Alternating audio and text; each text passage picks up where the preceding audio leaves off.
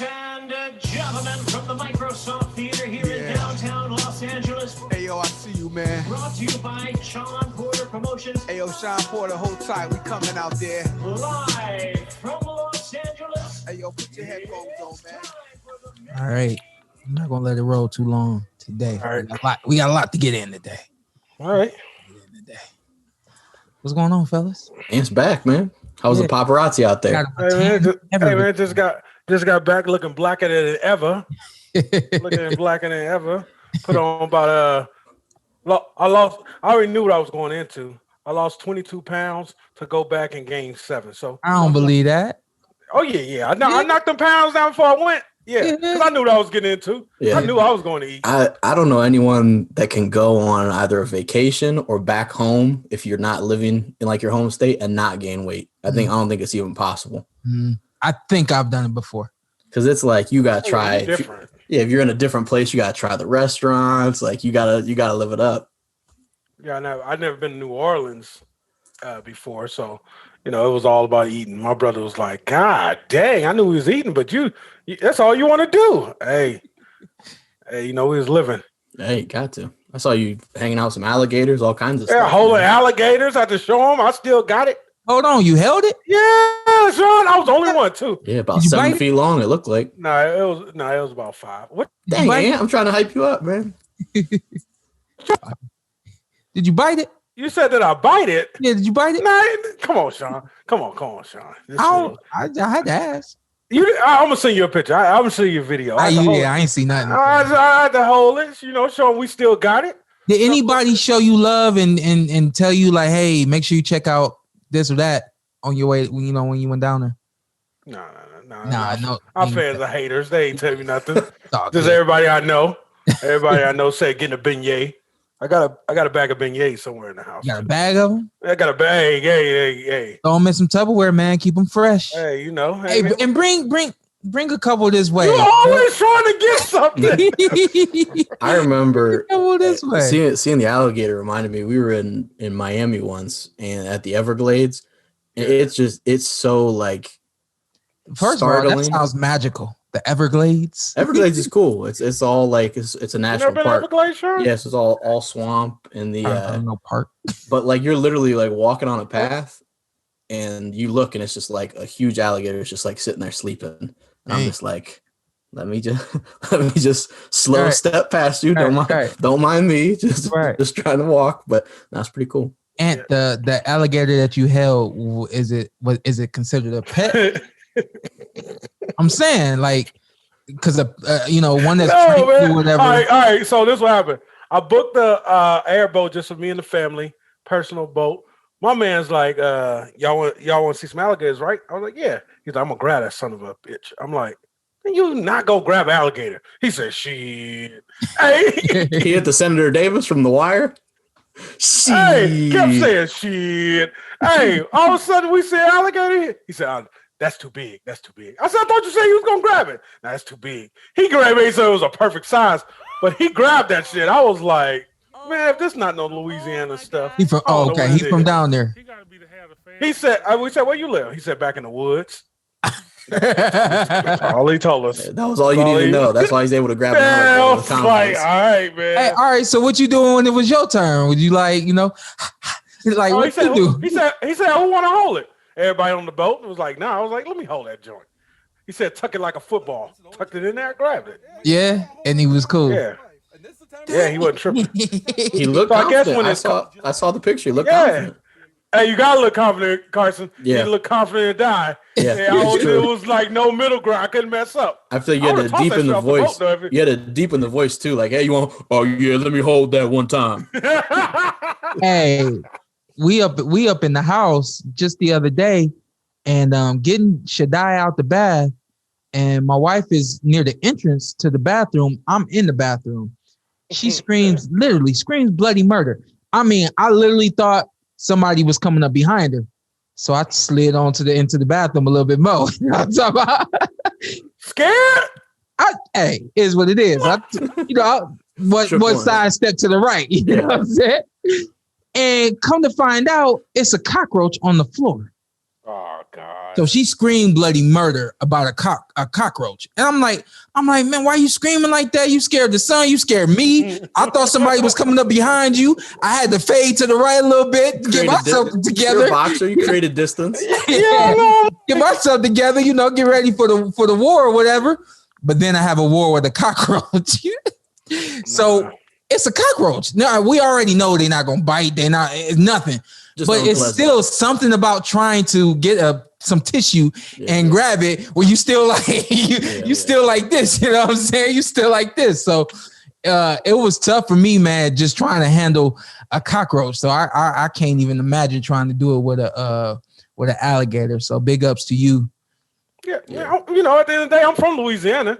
Bugs don't really scare me. Yeah, it was in the blood. It's in the blood. It's just I've been gone for what 20 years. It was like riding a bike. Memory, baby. Like riding a bike. Hey, well, shoot. My question is, what's next? You did the alligator. Don't stop there. He has to hold like a bear next. I'll swim with boa constrictor or something. I don't do snakes. Yeah, you say you swimming with some sharks? Yeah, I've done that. I mean, in La Jolla. I don't know. I don't know. Me and you've been trying to jet ski to Catalina. No. They keep shutting that down. We gonna put some mask on this year, get it done. Yeah. I don't know. What's next? Where y'all going next? Y'all just 2020 ain't holding me back. That's all I'm gonna say. I'll be going downstairs, living room, okay, upstairs. That's pretty much the extent of it. But yeah, that's trip number 1 for you, huh? Yeah. Nope, I went to for trip number 1 this year. I'm gonna let I always when we take trips we try to stay away from people. So we was actually 20-30 minutes outside the city. How they down there with with everything, the COVID and they don't care, Shawn. Yeah. They don't. Hey, it's voluntary. Wear it if you want to. We went down to Bourbon Street. I was there for 5 minutes. We was like, we gotta go. Yeah, crazy. Yeah, they don't care in the South. Yeah, I've been telling people, man. I've been telling people I'm doing everything the way I feel I need to do it. I'm not doing any more or any less. And if you feel that I'm being a punk or you feel like I'm being too cautious or anything like that, it's whatever. I'm still healthy. I have not had any problems, and I'm planning on keeping it that way. You know what I mean? So. Yeah. It's times where I go out and it's times where I don't. You know what I mean? Yesterday, by the grace of God, I got blessed to be able to do the Fox telecast last night. They called me in and they said, hey, can you jump on a plane in about 2 hours? I said, yeah. And the flight that I had to take was through the Vegas airport. And, I had to suck it up, put my mask on and do what I had to do, So the return was a little bit different, but in the fact that I had to do that, I did what I had to do to get the job done, So mixed reviews on y'all caught the fights last night. And did you catch the fight? I know you traveling and everything. Okay, so hello, can you hear me? Yeah. That was me. I accidentally pressed my button. Don't worry about it. Bless myself. I'm back, baby. I still got. So yeah, I was surprised to hear you on there. Yeah. What is Shawn doing? Yeah, I was not expecting it. I've had people text me, hey, you going to the Caleb's fight and all this and that? I'm like, well, I'm not working, so I won't be there. And people don't understand that right now, seems to be the protocol for me is FS1, and they have Joe and Lennox doing Fox. And yesterday there was a situation where they said, hey, can you come in and do this for us? We don't have Joe or Lennox tonight. And we need you. And I looked at wifey, and she understands that this is what I do. And on top of that, I love it. So she gave me the green light, and I made it happen. And it was cool to hear people like, man, I'm surprised to see you on the telecast, and it's cool to hear your voice. So it's been a fun ride so far. Did your handkerchief match the tie? I wasn't all too sure about that. I didn't think nobody was gonna catch that. Carson is a wild boy. Yeah. You popped up and I was like, it's not the worst, it's not the best. Like usually when you pop up, it's one way or the other. Usually I'll be like, okay, I can feel the outfit, or it's like, what's this guy doing? Yeah. Yesterday I was like, it's not bad, but then I was looking and some people were like, not feeling it. I was like, let me look at that handkerchief and that tie. But So here's the quick backstory. They called me about 9:45 and asked me to get on 11:30 flight. So I did the best I could to make that flight, and I actually ended up getting dressed in the airport. So imagine we were out and we got home. I just grabbed some suits and things like that and put it all in the bag. And I thought that I had grabbed matching things, and come to find out the handkerchief did not match the tie, and I did not notice it until I was grabbing both to figure out like which tie do I want to wear. I was like, oh snap, I can go with the one that matches or the one that looks better with the suit. And so I just decided to go with the one that matches with the suit. And I thought I still pulled it off. Yeah, it wasn't like crazy. It wasn't like off the chain, but yeah, that was funny. Yeah, you went bad last night. I was. No, I thought you did well. I thought it was a good card too. I wouldn't go as far as to say that, but I thought you did well. You didn't think it was a good card? No, I came on a Caleb fight, so I did not think it was a good card. No, nothing crazy, Carson. Yeah, something crazy knockout. Yeah, something crazy. Yeah, there were a couple of those fights were interesting. The Barthelemy fight was interesting to say the least, and then the Joey Spencer fight, is that the one you were referring to? Yeah, that was the one I was referring to. Yeah. So I was finding out on the telecast that Barthelemy is, well, I guess he spoke up and said that he liked to fight Errol Spence Jr. or some of the top guys at 147. And I tried to, like I said, I don't want to hurt this dude's money. I don't want to step on his career or get in the way of his business or anything like that at all. But I mean, let's be real. If you want to fight one of these big dogs at 147, you got to come with a hell of a lot more than you came with last night or Saturday night. And I just don't think that he had it. I think that it's been said for a long time now that the Cuban fighters are great amateur fighters, but it does not turnover as professionals. The guys that I don't think we've had a Cuban heavyweight world champion yet. And that is like kind of the one thing that the Cubans are waiting on. Who's going to get over that hump for the heavyweight? You had Luis Ortiz there, Frank Sanchez. Yeah. On the outside.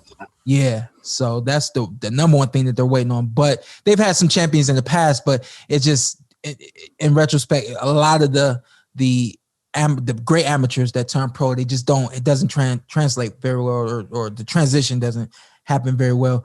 And I feel like that's what it is with Barthelemy. I think that he is a really good fighter. He's got great boxing skills. Yeah. But I think that there's a disconnect when he's in the ring where he just does not use anything or majority of what he has, and he fights in these very wide spurts.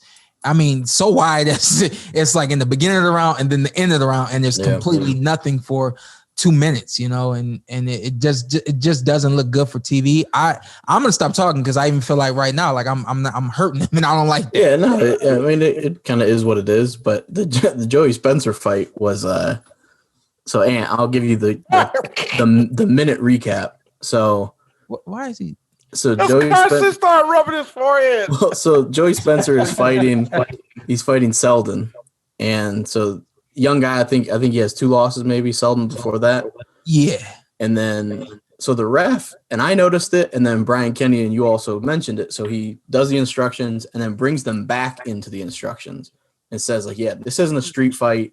Listen to my instructions. I'm not playing around." Essentially, was the gist of his message. So. Joey did not like what he saw. I mean, and I'm thinking to myself, like, yo, this is a fight. Like, you kind of need that energy. So back up. Joey Spencer drops him.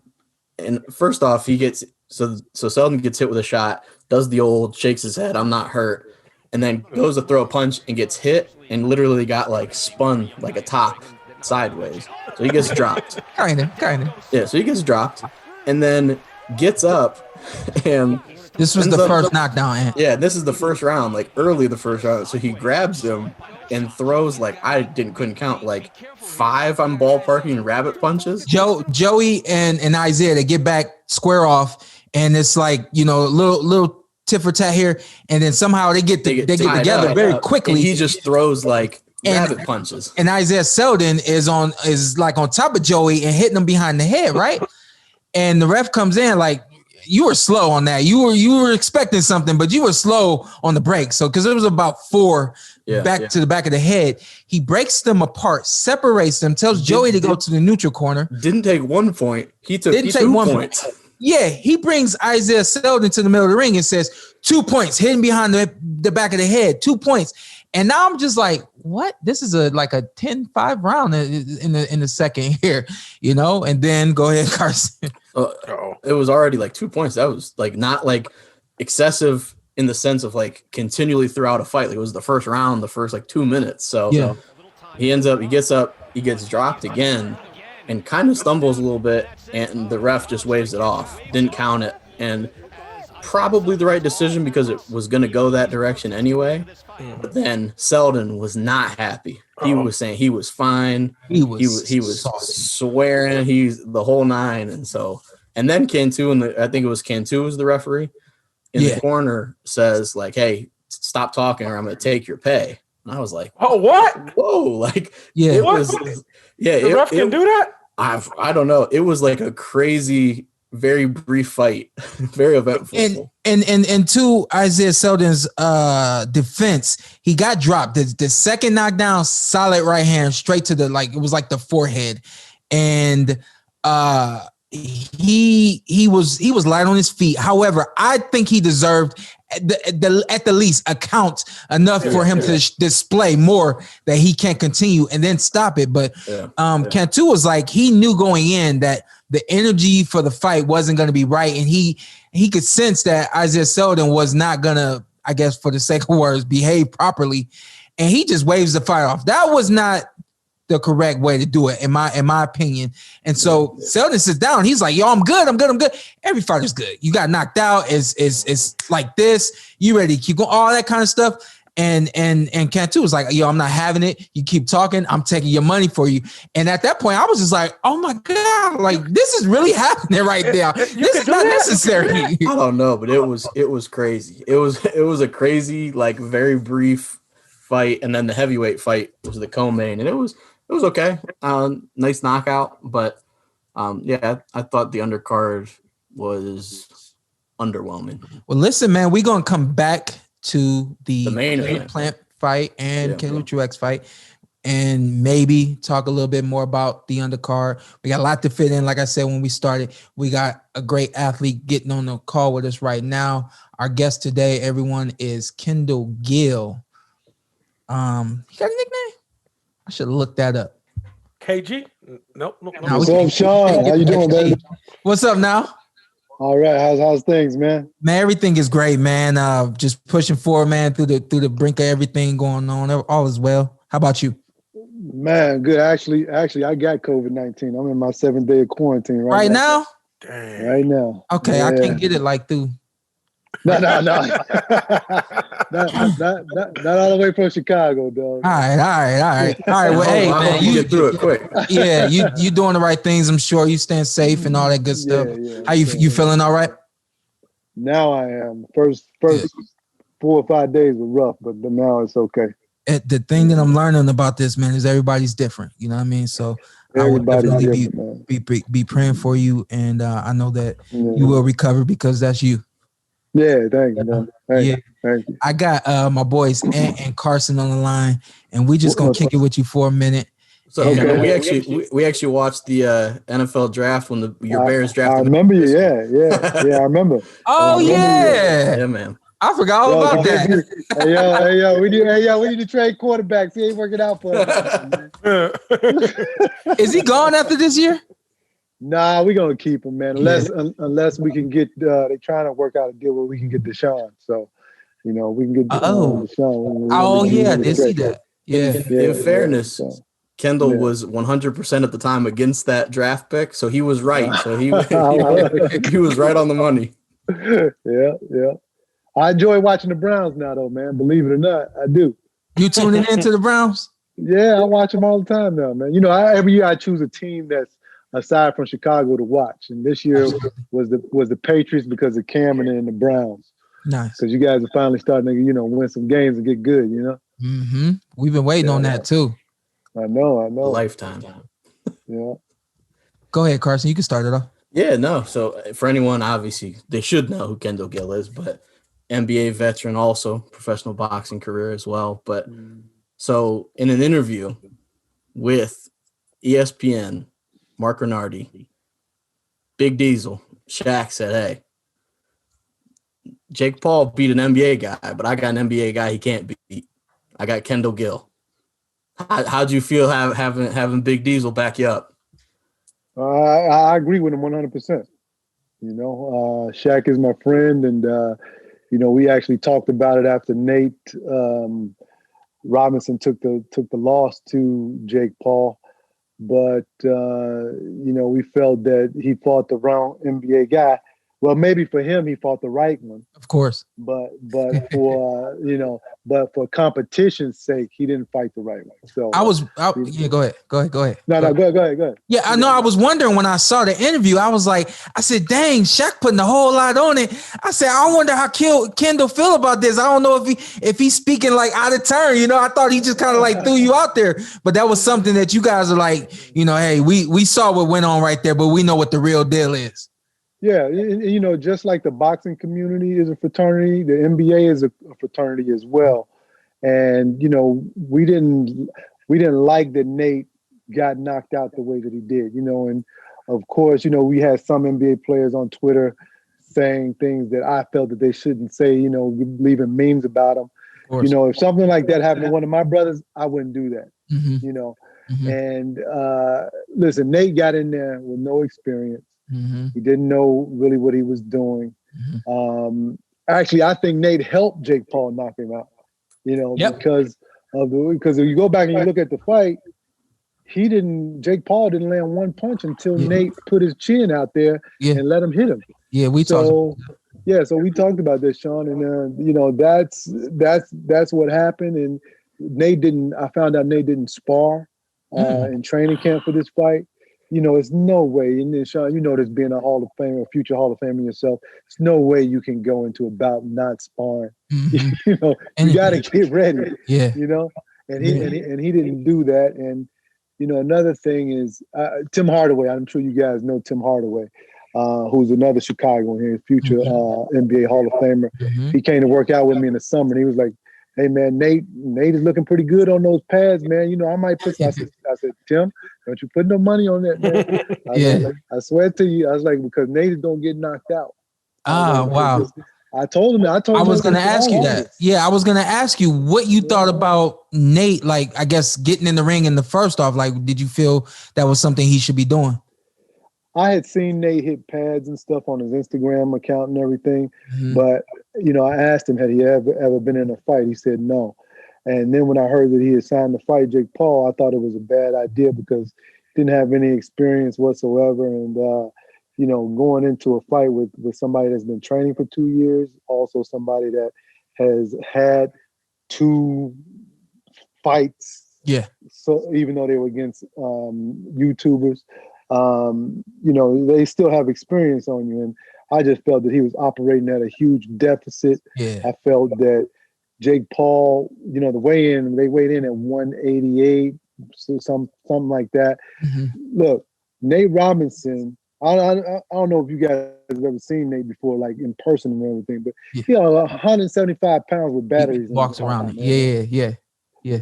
Now Jake Paul melted down from Jake Paul melted down from about 200 pounds, 210 pounds. Yeah. He rehydrated. Now you know he rehydrated probably back up to 200 pounds. Come on now. So now he's 6'1", supposedly 6'1" anyway, and he's got a 20-pound weight advantage on Nate. Mm-hmm. And then you don't have any, and then Nate goes in there with no skills, no know-how, no nothing. Of course, it was all against him, man. Mm-hmm. You know, so that's why I felt that he shouldn't take the fight, but he did. And on that grander stage too, undercard of Roy Jones and Mike Tyson, man. That was the biggest to me. Was the biggest. That was the separation between being an NBA player and a boxer. You've done the NBA, you've done the college thing. You've been on that stage, but you've never been on this stage actually fighting. And there's a different type of energy when you don't have to defend the ball, but you actually have to defend like your life and your face and things of that nature. There's a different type of energy. And so when the fight first started, I knew that it was only a matter of time because I could see that he was not managing that energy the way that he needed to. And I knew he was going to end up leaving his chin out there and getting caught. Is that what you expected? That's exactly what I saw, Shawn. Yeah. I mean, when he threw the first couple jabs, when he rushed Jake Paul, the first couple jabs, he's throwing jabs and his foot is in the air. I'm like, that's not the way you throw a jab. Yeah. You know? And he actually hit Jake Paul in that sequence, but yet and still it was all done incorrectly, sloppy and sloppy. Yeah. You watch his feet. He was running into the punches, and all Jake Paul did was took a step back and threw that overhand right, which he throws and when he looks at the ground, and you know. Nate just ran right into it, man. One more thing, and then we'll move forward with you. But in pertaining to Nate, would you? I've done interviews, and I said he should get back in the ring. He's felt it now, and he knows what it feels like to get in there and have to do it. He knows the kind of energy that's required, and he should know now the way he needs to prepare for the fight. I think it's something he should do again, but not against someone like Jake Paul or someone who's got more experience than he does. He should get in the ring with someone that has the same amount of experience. Would you tell Nate, leave the ring thing alone, or would you tell him to get back in there? I'd tell him if he's not going to take it seriously, don't get back in there. Yeah. Because he found out what it was like not taking it seriously. Go ahead, Shawn. No, go ahead. But if he's going to take it seriously and wants to get the experience and the know-how, yes, by all means, get back in there. And then when you get better, maybe in a year or two, you go back and you rematch him. Right. But he's got to put the work in and get the real experience in order to go back and rematch him. And that's what brings me to you. You're 4-0, right, as a professional? Yeah, I'm 4-0. Yeah. And you have carried your NBA mentality to the boxing world, so to speak. You take it seriously. You train. I know both these guys hear you. You actually studying. No telling if or when you gonna fight Jake, but you study, dude. And I don't think he should hear this interview because now he knows, like, all right, this dude is the real deal. What do you think about Jake Paul as a fighter? I think he's trash. He can try. Look, I respect him for getting in there, and I respect him for fighting and doing all of the work, but he makes so many mistakes. Comes in wide open. He's front foot heavy. He comes in with his hands down. He really only has one punch. That's that overhand right where he throws. He's looking at the ground. He's a counterpuncher's dream. He steps too big on his jab. He steps too big on his right hand. He's out of position. When Gervonta Davis knocked out, what's my man's name? Santa Cruz. When he knocked out Leo Santa Cruz, that same punch is the one I would throw at Jake. And there's just one punch. That same punch is the same one that I would throw at Jake Paul if he threw that overhand right. Man, y'all hear this boy talking? Hey, my man. He stops him. Done broke it down all the way. Broke it all the way down. Go ahead, Ant. Yeah, because he throws it. All you got to do is slip and come right up with the. And I'm left-handed. I'm a southpaw. Come up with the uppercut. So and then also too, like if I was to fight him, I went back and I looked at the Winky Wright Felix Trinidad fight. I would jab him and use him, keep him at distance, and then slowly just break him down. Because he can't really fight going backwards. If you go for it, and then what I would do, I wish he would walk to me the way that he walked to me. It's world champions out there that can't fight going backwards. Yeah. But he ain't a world champion. And the thing is, he's not a world class fighter in your class, Shawn. I'm not a world class fighter in your class. Understood. But I know enough about the game, and I inspired so many guys here in Chicago that I know what to look for. I know when to throw my punches. I know when to throw a check hook. I know when to throw an uppercut. I know when to jab. I know when to keep my distance. I know when to grab. And another thing about Jake Paul, you go back and look at the fight, he does not work in the clinch. Mm-hmm. I like you, Shawn. I don't like nobody to clinch me. Mm-hmm. You always work out of the clinch. Yeah. And that's what I would do to him. I would kill his body if he clinched me like that. Yeah. You know? And I'm 6'5", he's 6'1". I don't even think he's 6'1". I think he's more like 5'10", 5'11". Mm-hmm. I think he's fudging his height a little bit. Mm-hmm. Thing is, I don't see how he gets inside. Right. Okay. I just keep him at distance, man. You know, and but he's fighting guys that, you know, that like the recent guy he's fighting now. The MMA guy. I forget his name, but he's known for wrestling. He's not known for boxing. Mm-hmm. You know, he's not known for striking in UFC. You know, so I predict that he'll win this fight too. You know, and then we'll see whether he'll step up to somebody that has a real boxing background. Go ahead, Ant. Okay. This sounds like the big brother, little brother situation. You're like, you did him like that, but come see me. That's what I'm getting from you. Yeah, that's exactly. You know how when the big brother's away at college, and then you know the bully mess with the little brother on the block, then the big brother comes back. That's the way I look at it too. You know, and I know a lot of guys are talking about, well, you know, his age, Kendall was 52, this and that. Yo, man, don't even worry about that, man. I put myself through 3 training camps a year. Kendall, just keep pushing it out there. Keep saying I'm 52. I'm the old man. Keep saying that. He needs some advantage. You can't keep saying what you're gonna do to him. You're gonna scare him out the ring. Let him know he's an old man. Come fight the old man. Yeah. That's how we have to go about it. Yeah, because you know that my dude said he said I do 3 training camps just cause. He said the fights never happen. I just do them. Yeah, honestly, I do them, and you know, I was 4 weeks into a training camp until I got COVID last week, and you know, it stopped my training camp, so I'm gonna have to like start over. But thank God that I was doing it, man, because you know I do it because I'm older I'm really old as an athlete, but I do it to keep my reflexes, my sharpness, but keep my weight down, stay healthy. And you know, another reason why I was doing this training camp is just in case what happened to me with the COVID situation happened. You know, I got to fight this. If I wasn't in shape, God knows what this would have had, the effect this would have had on me. You know, so that's why I do it. And you know, and plus I love the sweet science, man.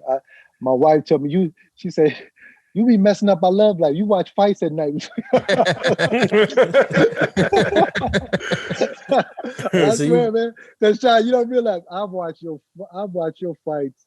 I watched your fight with Errol over 20 times. I watched your fight with Danny Garcia over 20 times. I watched your fight with Keith Thurman over 20 times, and I keep watching them over and over. So I know the different nuances to the game, you know, because not only do I fight, but I do sometimes I do Premier Boxing International. I do fights, so I gotta learn, you know, and I gotta learn from the best. That's why I do all this stuff, man. And that's why I know about Jake Paul, right? You know, and I know this is just, you know, when he faces a real fighter, whether it be me or somebody else, reality is gonna hit him.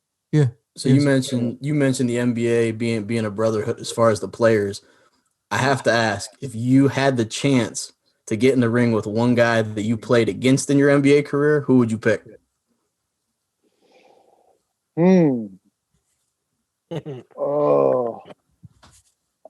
man. I'll probably get in the ring with MJ because he dunked on me one day in the playoffs. I don't know if you guys saw the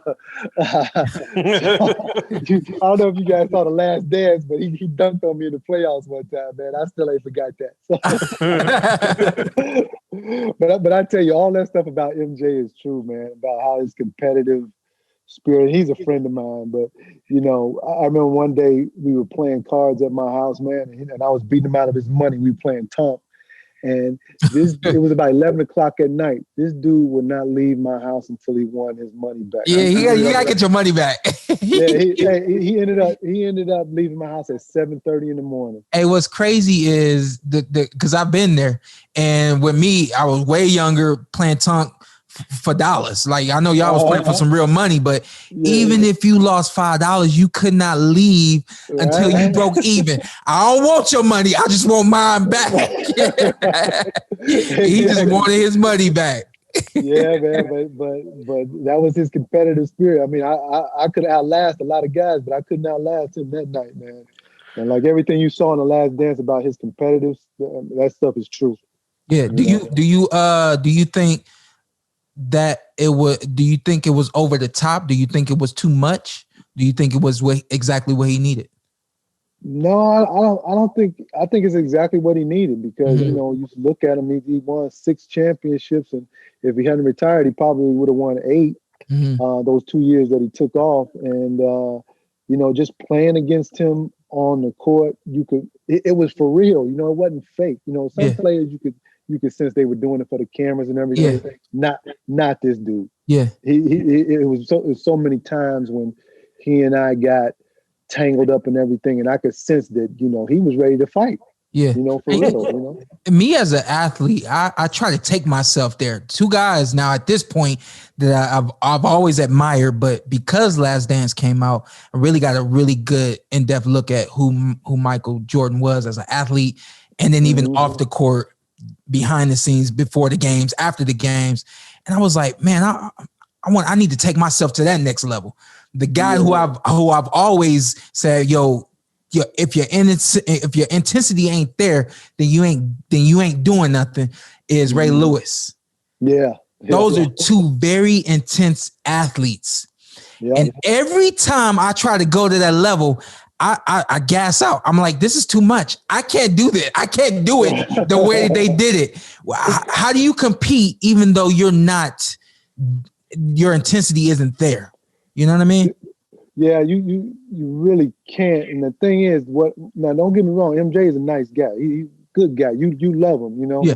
But he just turned into a different animal when he's competing at something. And I think to answer your question, that's the only time that he gets really intense is when he's competing at something. You know, but with him is just like, you know, let's see who can go to the bathroom the fastest. He gonna, you know, he gonna turn into, you know, he gonna turn into that dude, you know.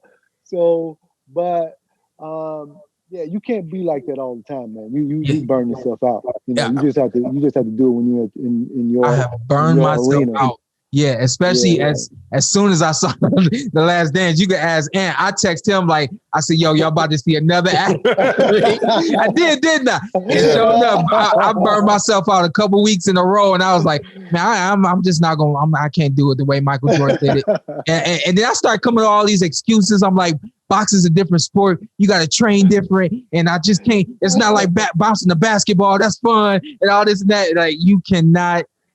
Certain people, you have to have that kind of mentality and physical type of fortitude and everything to be able to take yourself there and stay there, and or you'll burn yourself out. So no, I agree. Yeah, you will. And you know, MJ was, 1, he was a phenomenal athlete. 2, he was strong as hell. A lot of people don't realize how strong this dude was. He was very fast. His competitiveness was off the charts. And 3, he mastered the fundamentals of the game. A lot of people think Michael is fancy, but if you go back and like watch his clips, he's just so good at the fundamentals. He looks fancy, but he ain't doing nothing fancy. He's just so good at it. And he absolutely had no weaknesses at all. That's the thing. He had no weaknesses. So everybody's been looking. Go ahead, Carson. No, I was just going to say, Kendall got a chance to play on one of my favorite teams in history and with one of my favorite players, Shawn Kemp, in the Supersonics. I need to know how it was playing with GP and the Rain Man. Oh, it was great playing with him, man. You know, I played 2 years there, and unfortunately, we were the first number 1 seed to get beat by the number 8 seed. That was the Denver Nuggets. But we were supposed to win the championship that year. We won 63 games. But Shawn, man, was a thoroughbred. 250 pounds, 6'10". First guy I've seen in a game to jump from the free throw line and dunk. He's the first and only guy to do that. And Gary Payton, who actually lives there in Las Vegas, where you guys are now, he was great point guard. And Gary talked the most stuff in NBA history, second to Larry Bird. Oh, for real? Larry's before him? Oh man, my rookie year, Larry Bird had the basketball. And he was done by then. His back was all jacked up, but he could still shoot. Yeah. So he had the ball at the 3-point line, and we in the Boston Garden. He tells me, "Come here, rookie. And like a dumb rookie, I went right. So he goes. Then he knocks down the three, and he's running back down the court. He's like, "You dumbass rookie, why you go over there?" I'll never forget that, man. But yeah, Larry Bird used to talk the most stuff, man. Then second GP, but they can back it up though. Hey, listen, man. Go ahead. Yeah, go ahead. I'm gonna take you down I'm gonna take you back to a real bad day in your life. April 1st, 1989. 2 points. A lot of people don't give y'all a lot of credit how good that Illinois team was, man. Y'all had a good team. Yeah. Y'all was that close to making it to the championship. Yeah, I think you guys take down Seton Hall. You get past Michigan. We do. You know, we faced a Michigan team that we had beaten twice that year. We had blown them out. We had beaten them handily. And I actually think that we were looking, because we were playing Michigan and because we had beaten them handily, we were looking at Duke. We said we're gonna be playing Duke in the championship. I think we looked over that game. We didn't come with the same intensity that we needed to. Just like, every fight, you can't look over an opponent. And I think we made the mistake of doing that, and they beat us by 2 points, and I only watched that game one time in the last 30 years because it hurts too much still, because I think we're the best in the country. Yeah, and you a studious guy. You've only watched that game one time. One time, man. I can't watch it anymore, Sean. It hurts too much. Oh, wow. This many years later, you still feel it. Yeah. I mean, sometimes I wake up like this, man, and be like, damn, because Nick Anderson. I ain't believing that. Because Nick Anderson missed the rebound, and that's a rebound that Nick Anderson always gets. And Sean Higgins grabbed it and put it back in, man. So yeah, I still have nightmares about it. I can't watch it. Thankfully, Nick Glenn Anderson was hot that night. I want to say, thankfully, Nick Anderson went ahead and had a little bit of a worse moment to get past the Illinois one in his pro career. But the 4 free throws, yeah, man. Shout out to Nick Anderson, though. It was a baller. Yeah, that Nick is like my brother. He's great. Lives in Orlando now. But yeah, you're right. Glenn Rice had a great tournament. Glenn Rice turned out to be a great player. I had so many battles with Glenn in the NBA, and I actually played with him for a short stint when I was with Charlotte.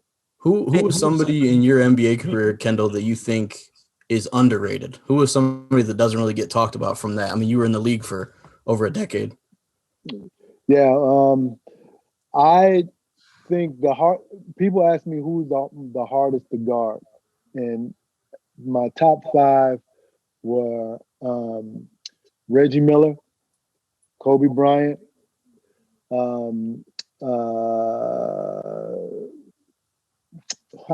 Grant Hill, Michael Jordan, number 2. People are like, no, Jordan. People tell me, no, Jordan ain't number 2. I said, so you're gonna tell me who's the hardest to guard? So the toughest guy and the most underrated guy for me to guard was Mahmoud Abdul-Rauf. Oh, yeah, you go. Chris Jackson. Okay. He was the hardest, man. I remember me in college when he was at LSU. I'm guarding him, right? They win the tip and he's bringing the basketball down and I'm guarding him. So the crowd started cheering. I didn't even know he had scored yet. What? That's how good he was. I didn't even see him shoot the ball, man. That's how fast he was, right? So then, I look around and my teammates are taking the ball out of the basket, and then I look and I see Chris running back down the court. I was like, "What happened?" He's like, "Yo, shoot, he scored." I was like, "Damn!" Like Steph Curry range before Steph Curry, for anyone that didn't know. Yeah, like you could know what he was about to do, but you still couldn't stop it because he was so fast, man. He was a great player, man. Listen, Kendall, we got about 15 minutes left on the show, and we have to recap this Caleb Plant and Caleb Truax fight. It's a part of what we do. We don't want to be just boxing. We got you on today. We appreciate your time. You want to stay on, you got to get you. I know. I caught your telecast last night. Oh man, yeah, that was a blessing, man. They called me about 2 hours before, before flight and said, "Hey, can you get on the next one?" I said, "Yeah, I'll do it." So that was not planned, no rehearsal or anything, man. I just went out there and tried to rock out. Man. Good time. Well, you're a pro now, so you know what you're doing. Yeah. I said, you know what? Hopefully, Fox can trust me now that no matter what, they always got a wild card in their back pocket. You know. That's right. What'd you think about the fight last night? You know, I felt that Caleb did what he was supposed to do. You know, used his jab quite impressively, but you know, to me, I think he before he steps up and fights Canelo or somebody like that, he's got to work on, especially what you mentioned last night. He carries his left hand down, I think, too low, and a better fighter is going to catch him. Truax caught him a couple times, but it just didn't affect him. Yeah, you know. But you know what's interesting is when you do the broadcasting, it's like you want to be fair to the audience. But then at the same time, it's like you don't want to give anything away that will hurt that fighter moving forward. And so it's like I actually wanted to point out, Caleb, your hands is down a little bit too low. Even in the beginning of exchange, the end of exchange, it's just down too low. And that's why you're getting hit with the overhand right. I wanted to say it so that he hears it when he watches it back. And it's something that he doesn't overlook. There's things that we do, and we did it because I'm in the ring with Kendall Gill. Kendall can't hurt me. He ain't been fighting as long as me. He ain't got the skills that I got. It's whatever. Right. I'm getting hit with this overhand right. I'll get out of the fight fine. I won every round, no biggie. And there's certain things that you may overlook. However, when someone points it out and they make it very evident to why it's happening and that it shouldn't happen moving forward, then hopefully there's something that clicks for you to want to change it. Both these guys right here after the fight, they said that wasn't enough from Caleb Plant last night. Yeah, I thought, you know, it was an old saying, win this fight and look good in the next one. Maybe that's what he was doing. But, you know, I wanted him to put on a spectacular performance, you know, to build up the next fight. You know, I know Canelo is fighting Billy Joe Saunders, but you know, what if Canelo wins and he moves up and fights him? Is that Billy Joe Saunders fight at middleweight or 168? What he's a 168 pounder. Oh, okay, so they're the same weight then. But you know, I like to see Caleb. It's all right to go into that, to have that style where you carry your arms, your hands that low, but you know, you can't do that for the whole fight. I mean, you got to give them different looks, right? Yeah, you got to give them different looks, especially when somebody starts finding a home with that right hand. You make the adjustment, give them something different, let them know that punch isn't there.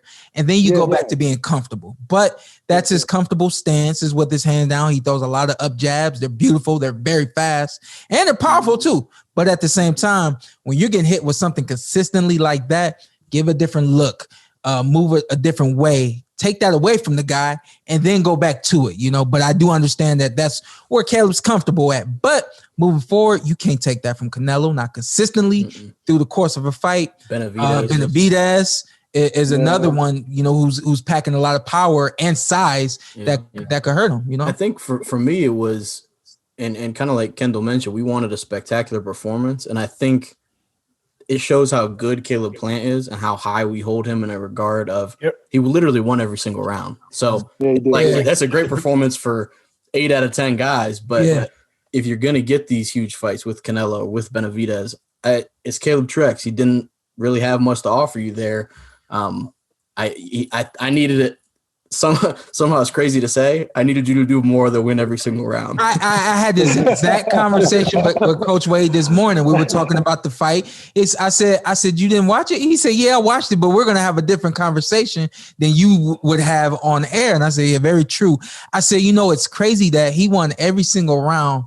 And we're talking like this. And it wasn't that we were talking negative or anything like that. It's just like you're pointing out things that need to improve and why he didn't do this, why he didn't do, you know, a little bit more of that, why he didn't get the knockout. Could be the hand injury. Yeah, and then you come to find out after the fight that he had a hand injury. And I brought that to Fox's attention. I said, listen, moving forward, when we see a guy changes his tempo and his pace, and he's not using the same strategy that he did opening the fight. We should take notice of that and try to figure out why, get in the corner and see what we can do to bring some light to even the commentators, so that we know, like, hey, Caleb's limited now. He's only going to be able to do this or that. And it was told to me, I wasn't there for rehearsal, but it was told to me that they didn't want to go to the corners last night because of everything going on with the COVID virus and all that kind of stuff. So I think we as analysts missed the opportunity to shed some light on why he didn't look as spectacular as we all expected. But by no stretch of the imagination, was a dominant performance. It was a little sauce missing off of the ribs. You know what I mean?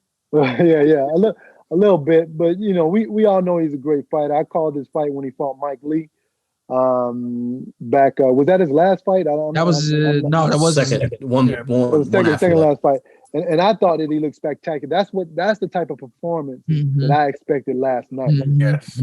But I didn't know that his hand was hurt. This is new news to me. Maybe that's why he didn't try and get the guy out of there, because being a world-class fighter as he is, we expect him to get opponents like he faced last night out of there. Yeah, so to build up his name and his brand. I'm used to seeing Caleb basically build on fighters and build up and then kind of go for that last strike, almost like a cobra at the end of the fight. And near the end, I thought I would see it, and I did see, the punching power wasn't there. He wasn't snapping the same, and he actually took a lot off of the shots. And I was at the point where this was the 11th round. I was like, okay, he's content with just winning the fight. He's no longer interested in a knockout. The post-fight interview, he says he doesn't know exactly when he hurt his hand, but he thinks that it is severely hurt. Heidi Andro said, "Did you break it?" And he said, "Yeah, I think it's broke." Like, he just flat out was like, "Yeah, I think it's broke." So I don't know. I hope it's not. I do know that he's going to rest it up and do what he needs to do. But when we don't see the knockout, and we're expecting him to knock out a guy who has been in the ring since 2019, has fought through now, I think, 3 injuries at this point in his career, really bad cut over the eye, all that kind of stuff. I think we just expected a lot because of the makeup of the fight.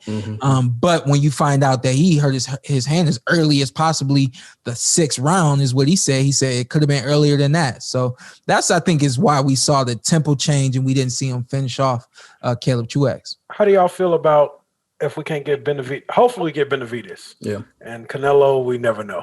What about Daniel Jacobs? Y'all be okay with a fight? Him and Daniel Jacobs? Daniel Jacobs. It's a really good fight. Yeah, that's a really good fight. Yeah, that's a pick'em fight right there. I couldn't tell you. That's 50-50. So I like Dog was talking some trash too. How you think about Anthony Durrell? I like the fight with Jacobs.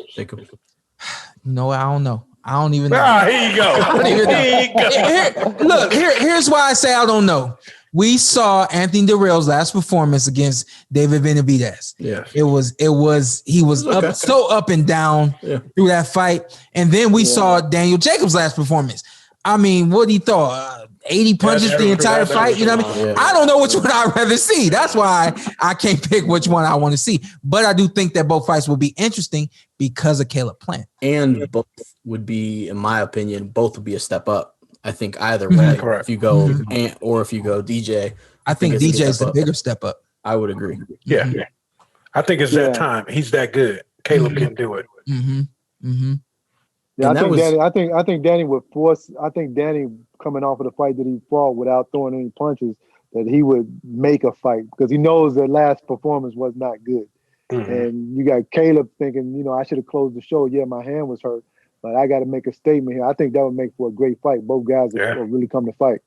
And that was a lot of people, even yesterday, were saying it's frustrating because we all know how good Caleb Plant is, and we just want to see somebody test him. Like, we haven't seen anybody really like put the pressure on him and be a quality enough. Like, Truax was there. He was there the whole fight. He just didn't have enough to really challenge Caleb. So I think either of those fights, DJ or Ant, I think you get Caleb where he has to give us a great performance. And maybe the Caleb we've seen isn't even the best Caleb Plant yet. Maybe he's even better when we get him in there with those guys. Yeah, I think even in the fight that he had with Caleb Truax, we see some things that he can improve on and things like that. Talking to Coach Wade this morning, he said he was on the phone with Richie. Richie is Caleb's dad. Richie is saying, hey, Wade, what'd you think? What do we got to work on? We ready to get back to work as soon as his hands together. When you have a Kemp who wants to get better, who's looking for ways to improve, that's when you know a guy is going for greatness. Yeah. If the guy doesn't want to get better, or the team is content with the win, the way that they got the win the other night, then that's as far as you're gonna go. But it's safe to say that he's going to look better than he did in his fight against Caleb Truax. That's Caleb Plum talking about, simply because he wants to get better, and he's the kind of guy who's has the work ethic to get better. So I definitely expect him to be better in this next fight. Yeah, and I think also I don't think it was unfair to I don't think it was criticizing Caleb Plant yesterday, but I think Andre Ward was essentially like the people were criticizing him, and I don't think it was unfair to expect a knockout, and I don't think it was it was a great performance. I think we just wanted a little bit more. I don't think that was disrespectful to Caleb Plant. He won again. I go back to the fact that he won literally every single round against a former world champion. So. Boxing is the thing where everybody's quick to critique. Everybody is so quick to critique what a guy could do or should have done and all that kind of stuff. And of course, we're critiquing too. However, we have also noted like the dude was prime time last night, Saturday night. He just wasn't exactly what we expected, and we hope to see more in his next fight moving forward. Yeah, no, I would agree, and I think other fighters, if we didn't hold them in such high esteem, we wouldn't even critique it. It would just be, hey, you won every round, great, you got to win. But when you think somebody's that talented, it's like, okay, let's see it just continue to elevate. Mr. Gill, last question for you, sir. Yes, sir. What's your boxing name? Kendall Gill. You don't have no ring name? No, I don't have a name like Showtime, man. Kendall Gill.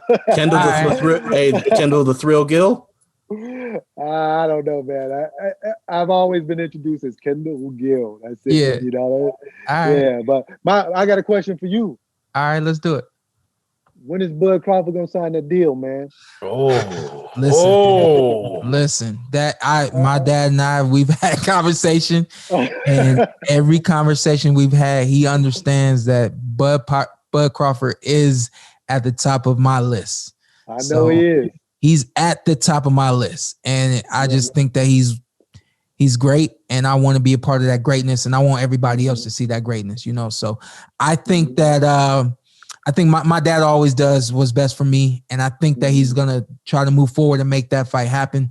We don't know when it's going to happen, but I'm mandatory to fight Terrence, and I'm mandatory to fight Errol. So it's going to be one of those two guys, but out of the two, I really dig a fight with Terrence Crawford. I think it would be great for the world. So that's what my dad's working on.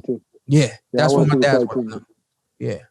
And I think Terrence is a great fighter, but I think you win simply because of the pressure that you'll put on him and your ability to go to body punch and throw punches from all different angles. And I haven't seen Terrence at this point being with a fighter of your caliber. Mm-hmm. I know he cleaned out the 140-pound division, but he and has won a couple fights, just beat Kell Brook, of course, but he has not fought a guy that's the top of the food chain guy like you. And I'm always go ahead. Yeah. I'm always outside of ESPN personnel. I'm always the quickest to defend him because I know what he's got.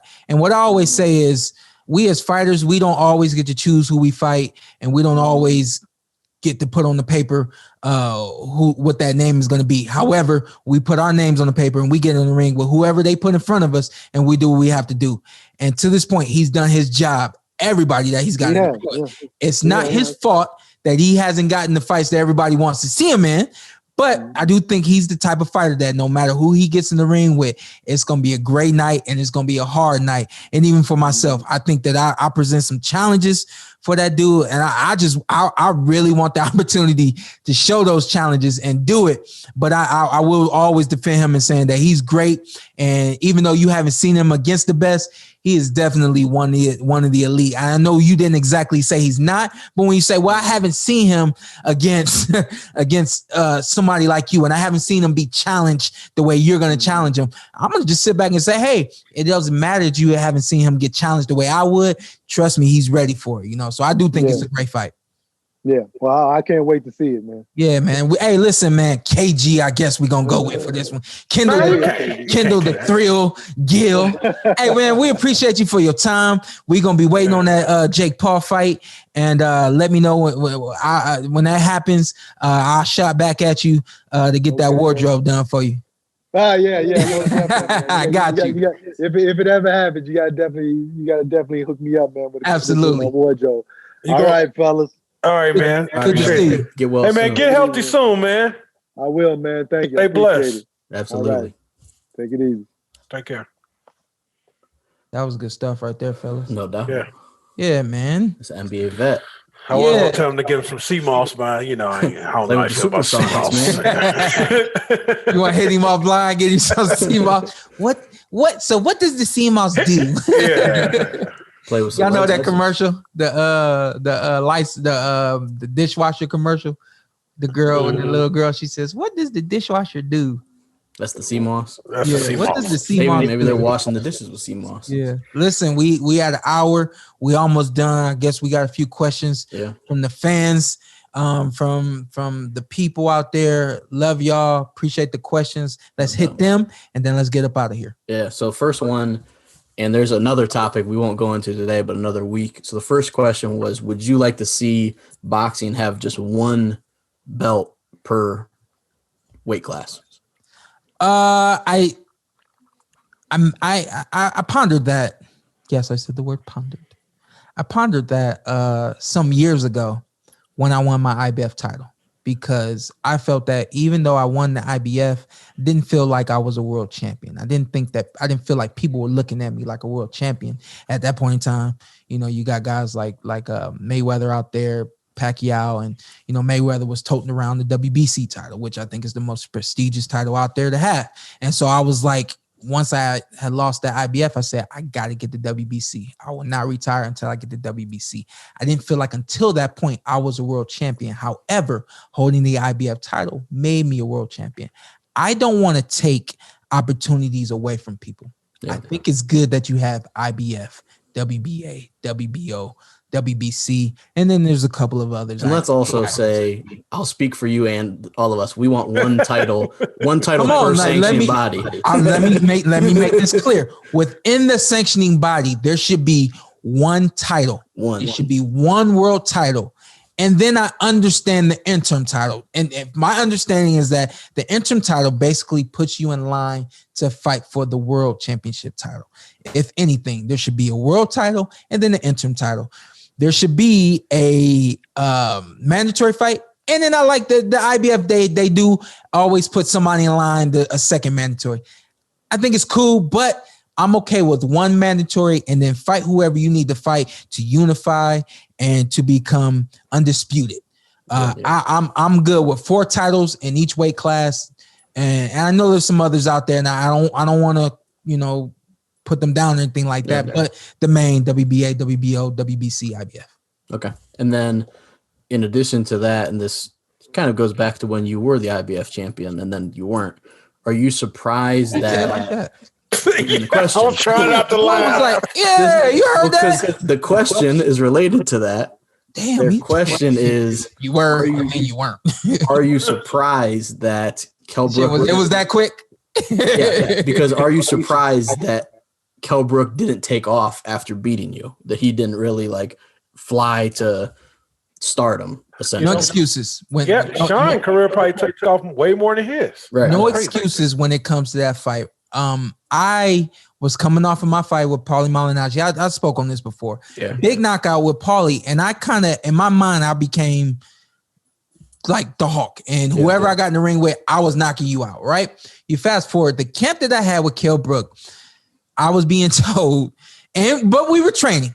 And no excuses, but I was being told if he doesn't have a world title at this point, he doesn't deserve one. If he hasn't fought for a world title at this point, I think at that point when I fought him, he had like 25 or 30, 25, 30, something like that. If he hasn't gotten a title shot at this point, he doesn't deserve a title shot. He doesn't deserve to be in the ring with you. He can't get with you, all this kind of stuff. And it kind of was feeding into what I had already felt about myself. You know what I mean? Yeah. So getting in the ring against Kel, I was really feeling myself. However, what I mean by that is, after he fought me, he went right back to fighting no-name guys that nobody knows and fights that you basically never saw. And that's why his career never took off. I continue to be with Mr. Heyman and PBC and things like that. And I've continued to have a career that I have at this point. So I am not surprised because of everything that was told to me prior to my fight with Caleb Truax. It continued after my fight with Caleb Truax. And I think he's only had maybe three big fights since he fought me. Yeah, he fought you, and then like you said, there was some lesser known guys, and then he fights Triple G. Yeah, try to kind of like not a money grab, but a big money fight. Yeah, and then fights Errol, and then fights Bud. But yeah, that's fair. And then another one is, why don't more fighters of this generation study fighters from the past generation and pick up stuff from them? And they added that essentially a lot of the information is dying off when these trainers or old fighters die off, that there's not like, why aren't people studying, I guess, some of the greats more? It's actually very true. When I've looked at vintage fights or older fighters, trying to pull from them, I found myself thinking and saying, I don't think that will work now. And I'm not saying every fight back in, all of those old guys, they were great in their time, but they would suck. Now, I'm not saying that. I'm just saying I've seen some of the moves and some of the things that those guys were doing back in the day, and I'm just like, I'm not sure that will work now. I think it would benefit the fight world, the fighters, and especially the coaches to continue on with the lineage of boxing and bring that. But it's just like anything else, it's going to change. The NBA has changed, the NFL has changed, and so has boxing. None of those people, they're not knocking the old school. They're just saying this is the new school. So I do think it will work, though. They also added potentially also with training methods, like some of the old school training methods. Do you think those carry over? Some carry over, not very many that I've seen carry over. I don't even jump rope. And I hardly hit the speed bag. I know that those are two things that were really big back in the day. Another thing too is running miles and miles and miles. That's also remember back in the day, those guys were doing 15 rounds, so I think that makes a difference too. But now the game is strength and conditioning. It's shorter bursts and being prepared for a fast 3 minutes opposed to a long 15-round fight or something like that. So I think there are still methods out there. I'm trying to think of a few. I think a few will be like, I see guys still running with ankle weights or shadow boxing with heavier gloves or with weights in their hands and things like that. I think that those things still work, but I think a lot of the methods are changing too, as they should. I think that, it's just the way the world turns. And then last one, which ties into that last question, is who is your favorite fighter of all time and why? Oh, favorite fighter, Marvin Hagler. I'm actually in the midst of watching Marvin Hagler and Ray Leonard. I haven't seen that fight since I was a teenager, if not earlier than that. He to me is the complete fighter. I know a lot of people talk about Muhammad Ali being the greatest of all time. In my opinion, I still hold Muhammad as the greatest, but I think that Marvin Hagler is in my and for me, he's the top, and that's who I've always wanted to be like and tried to be like. I just think that a lot of guys say, oh yeah, I'm a boxer puncher. No, Marvin Hagler is a boxer puncher. And not to say that you have to do it like Marvin Hagler, but if you consider yourself a boxer puncher, look at Marvin Hagler. And if you aren't punching the way he was punching, if you don't look similar to him, yeah. So he's my guy. He's my guy, man. I appreciate the questions. Yeah. Shout out to all you guys. Keep sending them, and we'll keep throwing them in there. Let's also, moving forward, if we can, shout out who posted those questions. Let's do that moving forward. If you heard your question, we appreciate you. And moving forward, we'll make sure you guys get shout outs on all that good stuff. Like, repost, tell a friend, all that good stuff. I don't even know what's on there, man. And leave some comments too, man. Argue with Ann in the comments. I'll argue back. Yeah, hell yeah. Yeah, that's what we do right subscribe, like, all that. Yeah. But now it's repost, MySpace, Facebook. Super Bowl next week. We'll probably talk about that in some fashion. Oh yeah, Super Bowl. What we doing for the Super Bowl, fellas? Oh, you know, we at Sean's house. No, I'll be at Carson's house. All right, y'all. Have a good one. All right. Take care. Got Chiefs win the Super Bowl. Chiefs win the Super Bowl. True. Shout out Travis TP Kelce. go down. Don't tell me you didn't enjoy what you saw, because I know you did. What you need to do now, hit that subscribe button, hit the like, hit that notification button. Check us out every week, every Tuesday. Something new for you right here on the Port Away Podcast.